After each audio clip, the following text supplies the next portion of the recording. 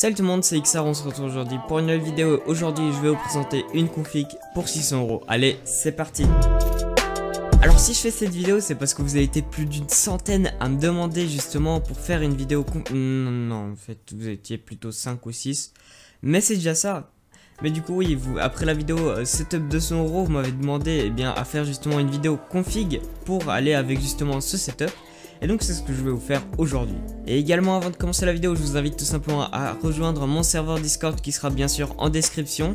Il y a un salon high-tech dans lequel vous pouvez même poser vos questions par rapport à une config, à des produits, et on se fera un plaisir à vous répondre. Et également n'hésitez pas à vous abonner si ce n'est pas déjà fait, puisque ça aide au développement de la chaîne. Allez, je vous laisse là-dessus, on va commencer tout de suite la vraie vidéo. Et donc on va commencer tout de suite par le processeur qui est un processeur de chez AMD, le Ryzen 3100. C'est un processeur à 4 cœurs cadencé à 3,6 GHz et avec 18 émaux de cache. Donc ce processeur là, il fonctionne très bien au niveau des jeux. Clairement c'est selon moi l'un des meilleurs processeurs clairement de chez AMD à ce prix là pour jouer aux jeux vidéo. Puisque oui, c'est la dernière génération de chez AMD qui a été justement très optimisée pour le jeu vidéo. Et après pour tout ce qui est montage etc, là encore ça peut aller. Pour ma part j'avais un processeur 4 cœurs jusqu'à il y a quelques mois. Et pourtant au niveau de mes vidéos j'arrivais encore à monter. Après pour tout ce qui est streaming là, c'est vrai que c'est beaucoup plus difficile. On peut le faire mais avec une qualité assez médiocre. Mais après je suppose que la plupart des gens qui sont sur cette vidéo veulent un PC juste pour jouer. Donc là clairement ce processeur là il va vous convenir parfaitement. Alors j'ai pas pris de ventirad ni de water cooling puisque le processeur de chez AMD embarque avec lui un ventirad déjà tout fait. Et clairement au final pour tout ce qui est refroidissement, le processeur de base de chez AMD il fonctionne très bien. Alors c'est sûr c'est pas aussi performant qu'un ventirad acheté à côté, mais ça fait le taf pour débuter. Et après si jamais vous avez quelques euros par la suite à investir, je vous conseille de prendre par exemple un ventirad. Par la suite j'ai pris une carte mère de chez Asus, la Asus Prime B450MA. C'est d'ailleurs la carte mère que j'ai dans mon PC et elle fonctionne parfaitement. Elle peut fonctionner également justement avec les processeurs dernière gêne de chez AMD, il faut simplement mettre à jour le BIOS. Chose qui est déjà fait sur cette carte mère par l'équipe de Topachat. On aura bien évidemment le socket AM4 avec le chipset B450.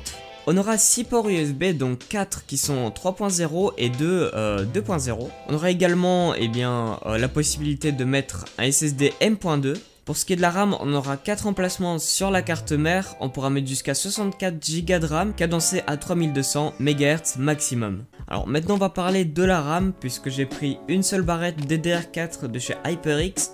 Donc c'est la Fury, cadencée à 3000 MHz en CS15. Donc si j'ai pris qu'une seule barrette, c'est tout simplement puisque prendre deux barrettes de 4 Go, c'est beaucoup moins bien puisque après je vous laisse l'opportunité justement d'upgrade par la suite. Puisque si jamais vous avez deux barrettes de 4 Go, c'est vrai que c'est assez dommage parce que vous allez être un peu bridé pour tout ce qui est upgrade quoi. Mais sinon au niveau de la fréquence on est très bien, elle est assez rapide. Et puis pour le prix de 54 €, c'est quand même très bien. Parce que j'ai payé quand même 16 Go pour 200 € moi. Maintenant on va parler de la chose la plus importante de la config, bien évidemment la carte graphique. Et donc ici j'ai pris une carte graphique GeForce GTX 1650 Super. Et pour ceux qui voudraient tout simplement une comparaison avec une autre carte graphique, c'est plus ou moins la puissance d'une 1060, mais en un peu mieux.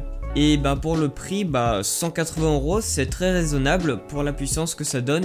Clairement pour tout ce qui est Fortnite, Valorant, CSGO, vous allez avoir aucun souci d'FPS. Fortnite vous êtes à plus de 70-80 FPS en épique. Et même si vous optimisez les graphismes, là vous pouvez arriver jusqu'à 144 sans souci. Pour ce qui est du stockage, j'ai pris par contre là qu'un seul HDD et pas d'SSD puisque on est sur une config à 600 € et on peut pas non plus tout avoir dedans. Alors voilà, le HDD c'est un de chez Seagate, donc c'est le Barracuda de 1 Tera. Et pour ma part, j'ai exactement le même dans mon PC et clairement, il n'y a aucun souci. Le disque dur fonctionne parfaitement, même après 2 ans, et puis voilà. Donc pour ce qui est du boîtier, je suis parti chez Aerocool pour prendre le Bolt Mini en noir.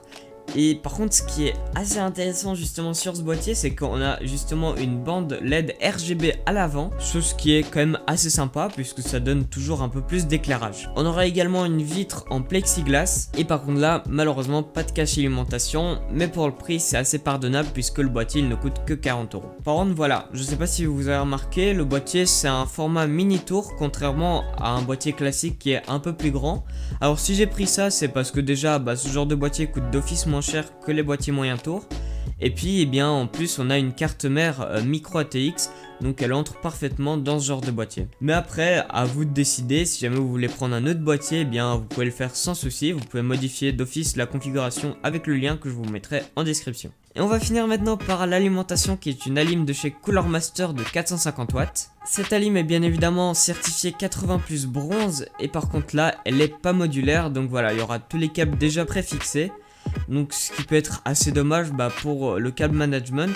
Après si jamais vous savez gérer un câble management, il y a moyen de cacher facilement ce genre de câble. Mais après je vais pas vous mentir que bon c'est toujours mieux une alimentation modulaire puisque là vous allez pas vous perdre dans les câbles. Mais voilà, pour le prix on peut pas trop faire mieux. Et donc malheureusement il n'y aura pas d'option de montage sur ce PC, donc voilà. Si vous voulez, eh bien vous pouvez toujours payer 50 € de plus pour vous faire monter votre PC. Mais après si vous voulez, eh bien il y a énormément de tutoriels sur YouTube pour comment monter un PC et vous allez voir c'est pas si difficile que ça. Et donc voilà, c'est déjà la fin de cette vidéo, j'espère qu'elle vous aura plu. Si c'est le cas, n'hésitez pas à mettre un petit pouce vers le haut et aussi à vous abonner si ce n'est pas déjà fait. Sur ce, moi je vous dis à une prochaine vidéo. Allez ciao tout le monde, c'était XR.